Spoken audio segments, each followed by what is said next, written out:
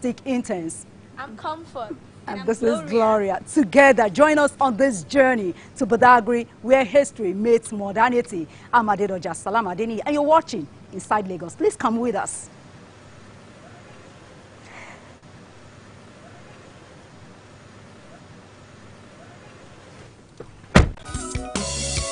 Ẹni tí òde kò yìn ẹkù kan. Àwa ni center of excellence. Ẹni òde kò yìn ẹkù kan. Àwa ni center of excellence. Mo ní pé bó o bá dé kò yìn ẹkù kan. Àwa ni center of excellence. Àwọn òyìnbó débẹ̀ wọ́n rí tá a jẹ́ ṣe.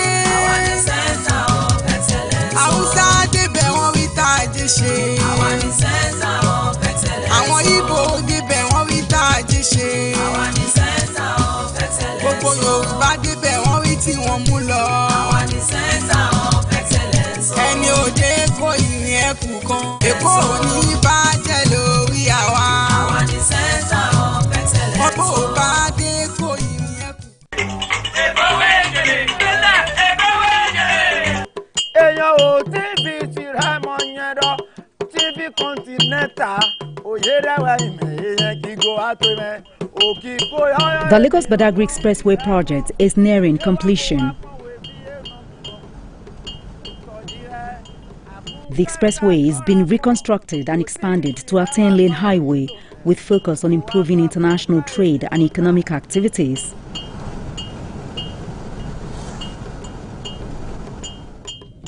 After a 2-hour drive, we got to the Badagry roundabout, signaling our arrival at this historic town.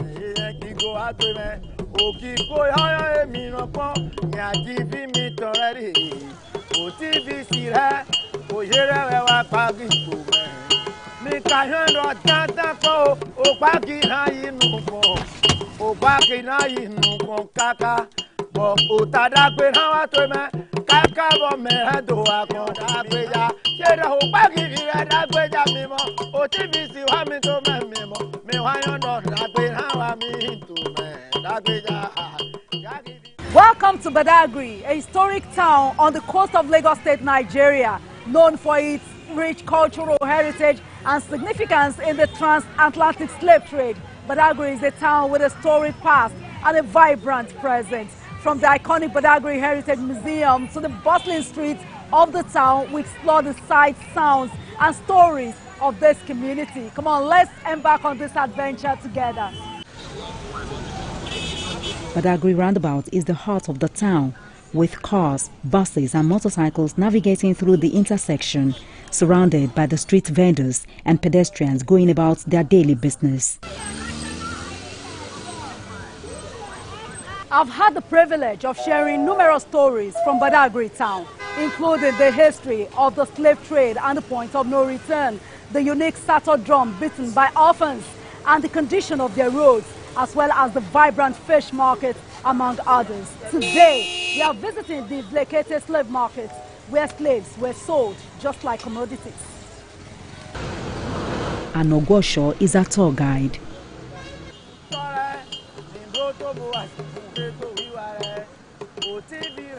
Our first port of call was the vacated slave market. As we step into the vacated slave market, we are transported back in time to an era of unimaginable cruelty and suffering. This site, once a bustling hub of human trafficking, now serves as a powerful reminder of the atrocities committed and tribute to the victims of the slave trade. Annually, about 17,000 slaves will be sold out from here. So this place happens to be the largest and the oldest slave market in Africa. Can you tell me what's going on here? This is a scene that happens here in the year 1825 by a man called Richard Lander and Hugh Clapperton. Richard Lander and Hugh Clapperton, they were on the way to Katunga, that is Old Oyo Empire, to visit the community. But they have been hearing about Badagry, an ancient town. So they decided to visit here before embarking on their journey back to Katunga, that is Old Oyo Empire. But to their surprise, where they are coming from, slavery has been officially abolished in the year 1807.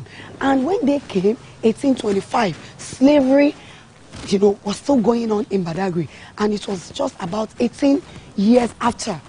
You understand? So when they came, they were so surprised seeing the Portuguese still practicing slavery in Africa. So the Portuguese trader that saw them, felt threatening that they would go back to report the atrocity to the Queen of England. So they went to the then king and reported Richard Landa and Hugh Clapperton. They reported their visit to Badagry, and the king told Richard Landa and Hugh Clapperton that they know how to, test them or to know whether they came to spy on them or they came for a genuine reason. Because Richard Landa... These are local chiefs. Yes, because Richard Landa told them that they are just an explorer, that they came to make a research on a community called Katunga. Yes, because, this place itself, we have a shrine here called Vlekete Shrine. And the market was named after the shrine. You understand? The shrine is as old as Badagry Kingdom itself. That name Vlekete is an aquatic deity. And this deity, it is known for the goddess of winds, ocean, and prosperity. And before slave trade started here, they have been using this arena for public trial by the traditional practitioners. So this is where they pass judgments to the offenders in the community. So they had to bring them down to the front of the shrine, and they call on the Voduno. That's the chief priest of the Vlekete Shrine. So he was the one that prepared the traditional concoction and gave it to Richard Landa and Hugh Clapperton to drink. But to cut the long story short, they survived the ordeal because that wasn't their intention of visiting Badagry. So after the whole trial, they now summoned some guards to follow them to Katunga. That is Old Oyo Empire. This is the dungeon. This is where the unsold slaves were being kept. As we ventured deeper, we got to the dungeon, underground cells where countless lives were reduced to mere commodities. These stairs are not originally here before. So it was newly built for people to have access to this place. Yes, ma'am. The unsold ones were being kept here, pending another 5 market days. You understand? It's because they spend the market once in 5 days. They defecate here, they hit here, and they still shackle them down. Especially the strong ones, the ones that they know they fight against their masters. The use of iron muzzles, arrow shackles, ankle shackles, and wrist locks gives us a glimpse into the brutal reality of what our ancestors endured. But the full extent of their suffering is better imagined. We have them like 3 categories of them here. These ones are the arrow shackle slaves. They put these shackles on their neck. You understand? For them not to penetrate the door, not to break out the door. So, and over here too, we have these guard slaves. Normally, they use guards for wild animals, like us, like dog. You understand? But then they use it for human being, for them not to communicate or not to bite their masters that will come down to feed them. Because sometimes they do, they used to be aggressive. So if their masters come, they attack them too. Because that's the only way they can fight. And these ones are just the older ones. I want to say Darugbo, because they believe those ones don't have strength to fight against their masters. So they will just chain them down with those chains on their legs and their hands. If I thought they escaped, why running into the forest? You see, the edges will not be allow entangled with by the branches of trees. So it will hold them down. So it has a purpose. Yes, it has a purpose. Wow. And they will be captured. Of course. They won't run too far. And all these shackles were very, very heavy. Not lightweight shackles. Yes. But yet, they were not produced here in Africa. Yes, they were brought by the Europeans. This is a terrible experience for the ancestors. And it shouldn't happen again. Never again. Never again.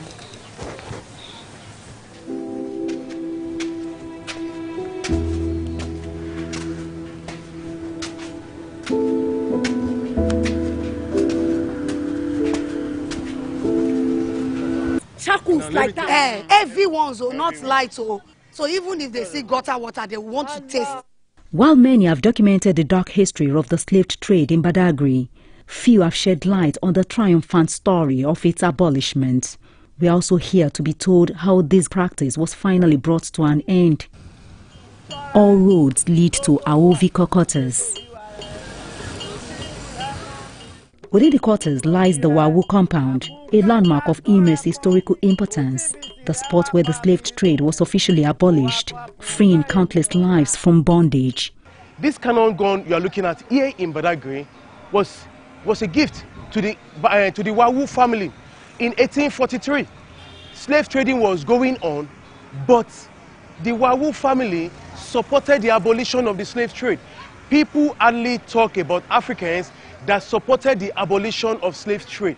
When we talk about slave abolitions, Africans were involved, because here in Badagry we have 8 quarters, and Europeans of different countries were with different quarters in Badagry that they were doing slave trading. But this family was against them. So they incited their partner against the family, and other families, they were against slave trading. Of course. So we call this cannon gun of abolition. So it wasn't as if Europeans just came, and of course they did a lot, we understand. Like William Wilberforce, Granville Chaville, and the rest of them. They did a lot, but they were Africans. They supported the abolition. They were against slave trading. The British Union Jack was first hosted in Badagry in 1843. And the significance of this well is that the family dug the well on the spot that the British first hosted the Union Jack, for them to keep the memory. And one of the reasons why the Union Jack was first hosted here was because of the family's involvement in the abolition of the slave trade.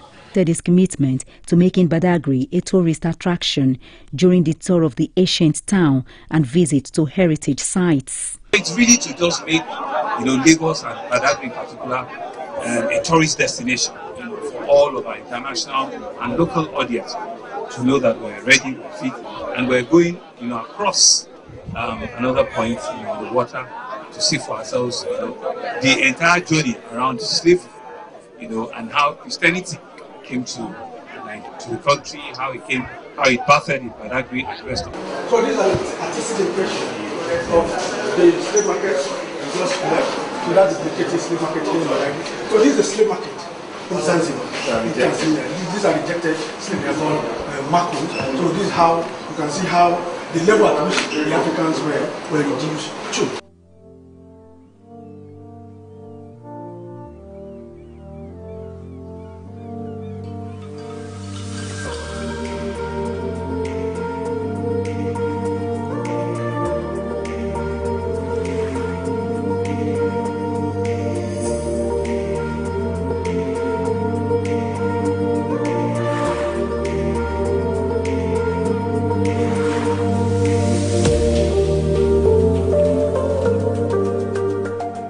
He said his administration will complete ongoing projects in Badagry and restock some of the heritage sites so that they can tell a compelling story of Badagry's place in Nigerian tourism. It's really part of our tourism ecosystem. At Badagry, I wanted to come and see things for myself. What are the things we have done? What are additional things that we've spoken about that we need to do? How do we intentionally make Badagry and all of the tourism potential that it has a real destination? We also went to the old Governor's Lodge, where you saw that there is a purpose-built 70-room hotel complex there. And so for us is to complete the ongoing projects that we've seen, to also restore some of the heritage sites that we've seen, and not to completely deface it, just to restore them, and to generally just preserve what we have. The governor's wife, Ibijoke, also led the committee of wives of Lagos state officials, council, to Badagry, enabling them to see key historical landmarks in the town.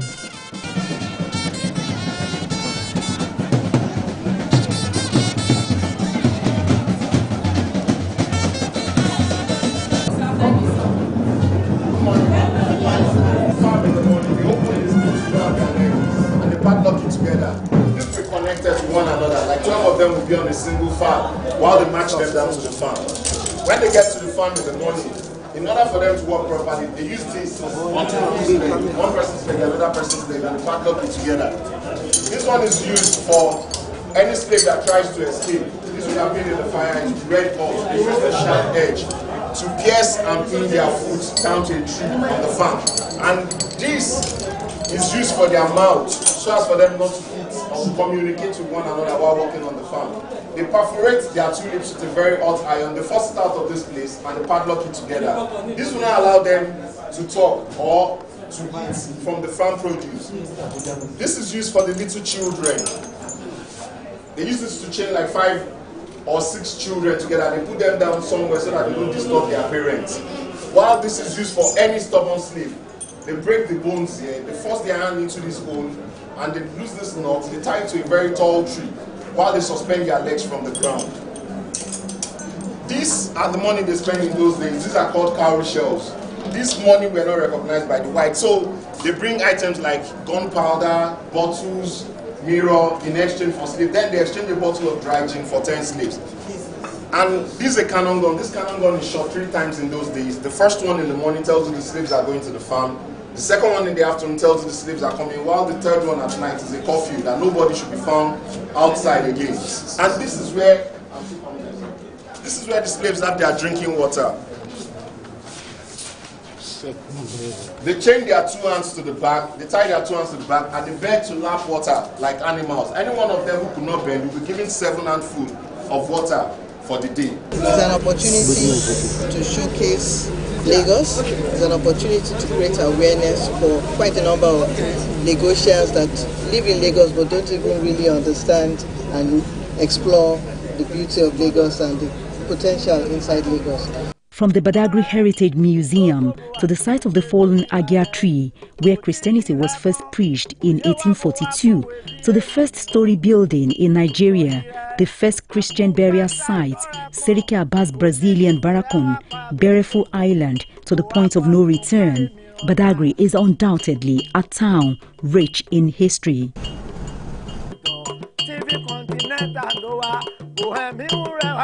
Not only is Badagry steeped in history and culture, it's also an ideal destination for those seeking relaxation and serenity.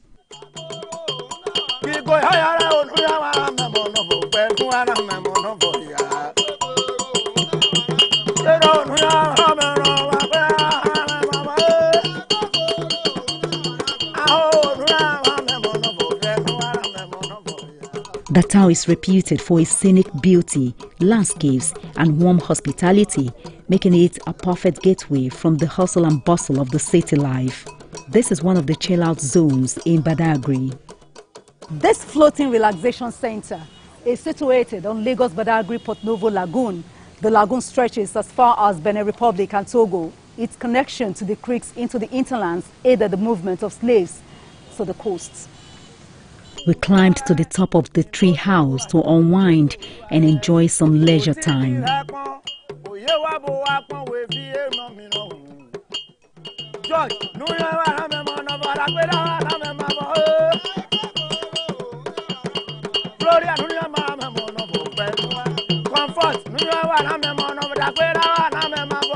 The Badagry dance can be so energetic.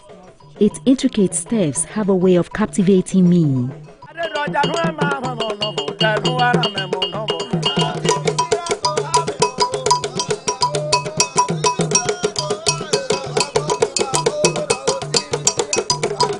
Well, that has been our journey to the ancient city of Badagry, where history is not just a relic of the past, but a living testament to the strength and resilience of the human spirit. Many thanks for being there. I'm Adedoja. Salam Adeni. Next week is another date on Inside Lagos.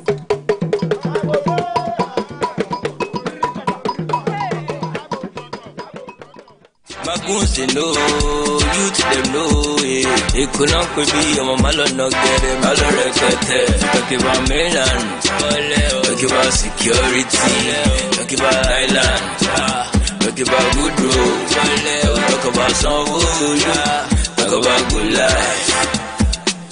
Some wood lily, let's see what you lily, come on, I see lily, some wood lily, yeah. Okay. Vera for Sanwo-Olu àti deputy wa Hamzat.